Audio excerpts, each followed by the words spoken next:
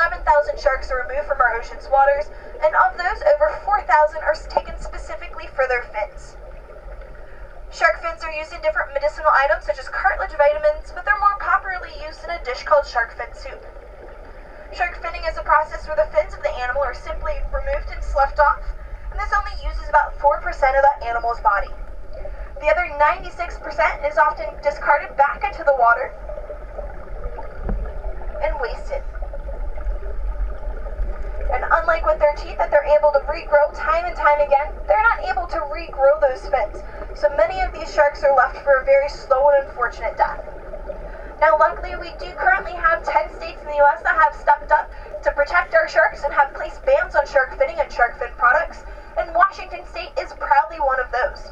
So if each and every one of you have been following those state laws and not taking part in shark finning or the purchasing of those products, you guys are well on your way to becoming shark advocates, and you may have not even known it.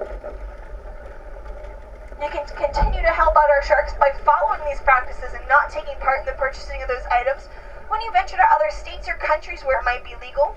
This will help to lower the demand for our sharks and to keep more of these guys off of our shelves.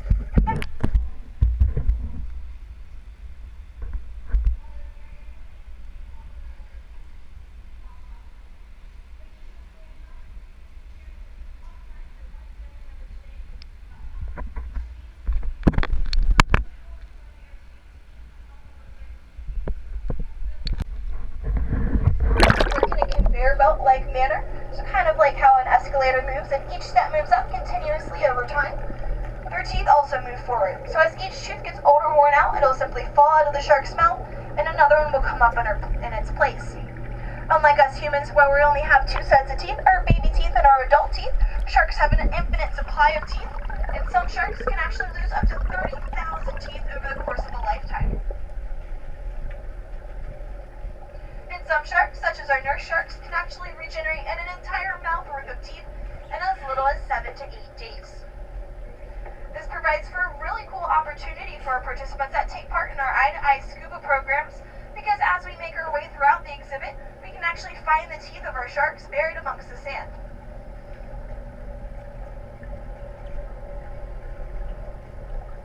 If you're interested in watching one of our scuba dive programs, we do have one coming up today. At 12:35, we'll be getting in the water with our comms diver, who will be talking to our participants in the water as well as on the dry side.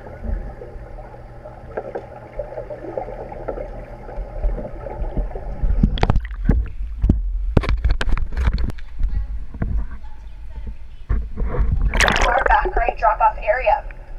Nurse sharks get their name by these adorable puppy piles that they make because they look like a group of nursing baby animals all grouped and huddled together.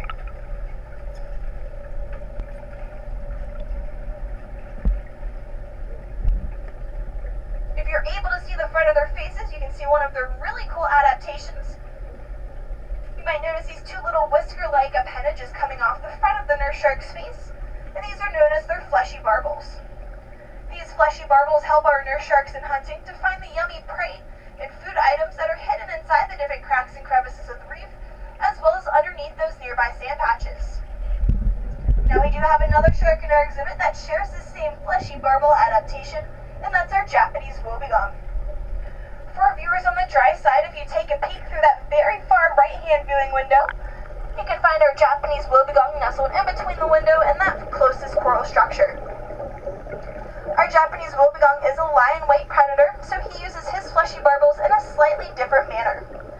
Out in the wild, this guy would camp out on the bottom of the ocean floor, just as he is right now, and simply lie in wait for an unsuspecting prey or food item to cross right in front of his path.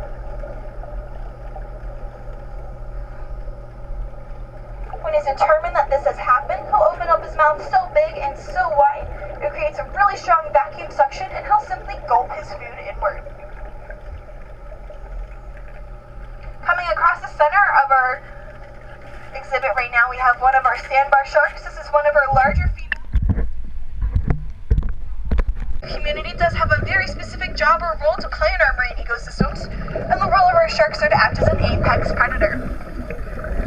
This means that not only are our sharks at the very top of the food chain, but these guys also have a huge impact over the entire marine ecosystem. Their main role is to to help keep these marine communities in check and in balance, to make sure that one group of animals or organisms doesn't overeat, overcompete, or just simply overproduce out on the reef. This way, instead of having just a couple of species or a couple different types of life in one area, we're able to have hundreds and sometimes even thousands of different species living in that same amount of space. Here in our exhibit, we have 16 sharks ranging from 5 different species, all from around our South Pacific Ocean. And as these guys make their way towards our viewing windows and to our cage, we'll be introducing them to you all and telling you a little bit about them.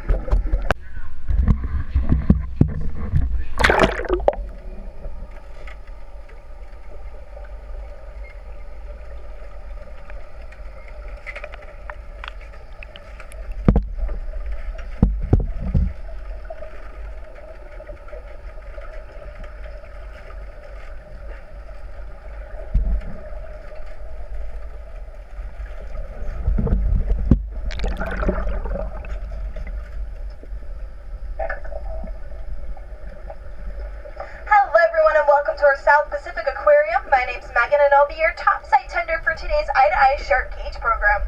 I'm currently standing right above all of you in that viewing area. Down below in our cage, taking part in our program, we currently have 4 wonderful participants along with our safety diver, Anthony. Topside with me today, we also have David on our GoPro, getting some excellent footage of our sharks as well as our participants. Here at our Outer Reef exhibit, we have a wonderful representation of the type of beautiful tropical fringing reef systems that you might find down in the Pacific Ocean. These beautiful coral reef communities are created by volcanic activity, which result in these absolutely stunning shallow reefs, followed by these really steep drop-off points.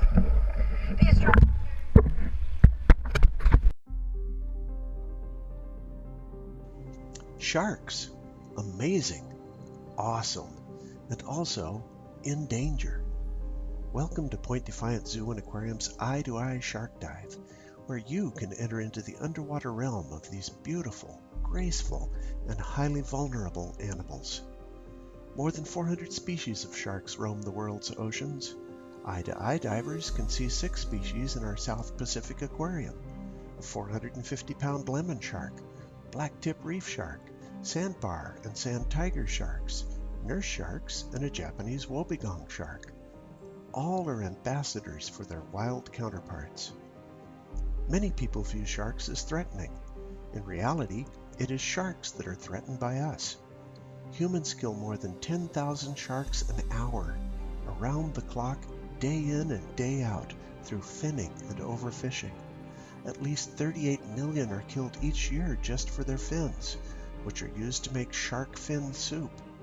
And the slaughter of sharks continues at an alarming rate.